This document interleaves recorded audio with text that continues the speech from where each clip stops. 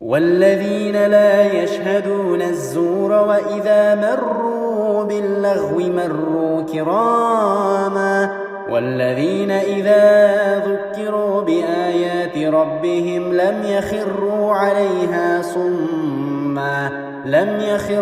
عليها صما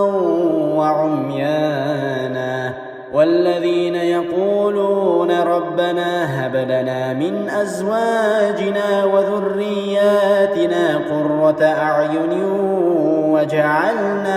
وجعلنا للمتقين إماما أولئك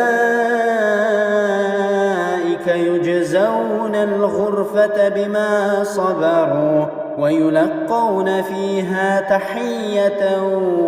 وسلاما.